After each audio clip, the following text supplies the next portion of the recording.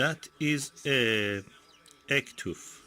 It's like the horn of a rhino, and that is what you see on the tip of the hen's beak, chick's beak, on top of it, top of the